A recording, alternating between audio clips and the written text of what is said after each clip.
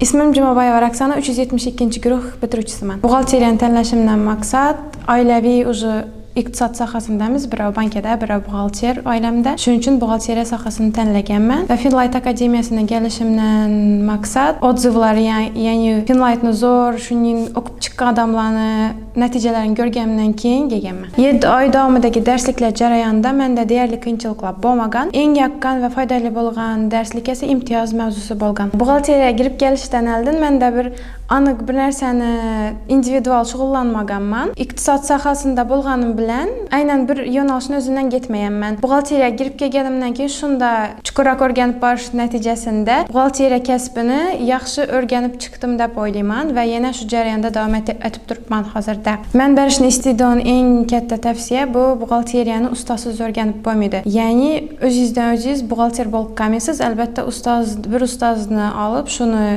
malakasini o'rganib, keyin buxgalteriya sohasiga kirishingiz mumkin. Buxgalteriya o'rganishim oilamdagilar ijobiy fikr bildirganlar va qo'llab-quvvatlaganlar. Eng katta onam har doim meni qo'llab-quvvatlaydilar. Ularga rahmat aytishni istayman va Finlight akademiyasining barcha ustozlariga katta rahmat aytaman. Hozirgi kunda tejamkor yechim outsourcing kompaniyasida buxgalter lavozimida ishlayman va ondan oshiq firmalarni buxgalteriyasini yuritaman.